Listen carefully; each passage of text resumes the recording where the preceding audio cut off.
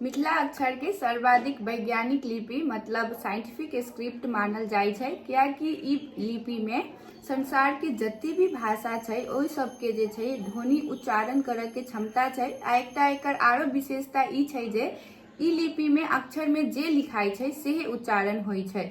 जेना कि इंग्लिश में साइकियाट्रिस्ट में पी से स्टार्ट होई छै लेकिन स उच्चारण होई छै, तेना मिथिला अक्षर में नहीं होई छै। मिथिला अक्षर में जे अक्षर लिखाई छै ओकरे उच्चारण होई छै।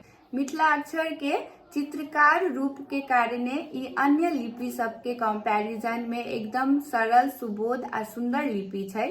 आ एकर चित्रकार रूप इहो तथ्य के साक्षी छै जे ई मिथिला अक्षर के जे लिपि छै से कते पुरान हेतै, कैलाकि लिपि शास्त्र वैज्ञानिक मतलब स्क्रिप्ट साइंटिस्ट सबके अनुसार पहले जे छै से लिखबा के ढंग अलग छलैया। प्रत्येक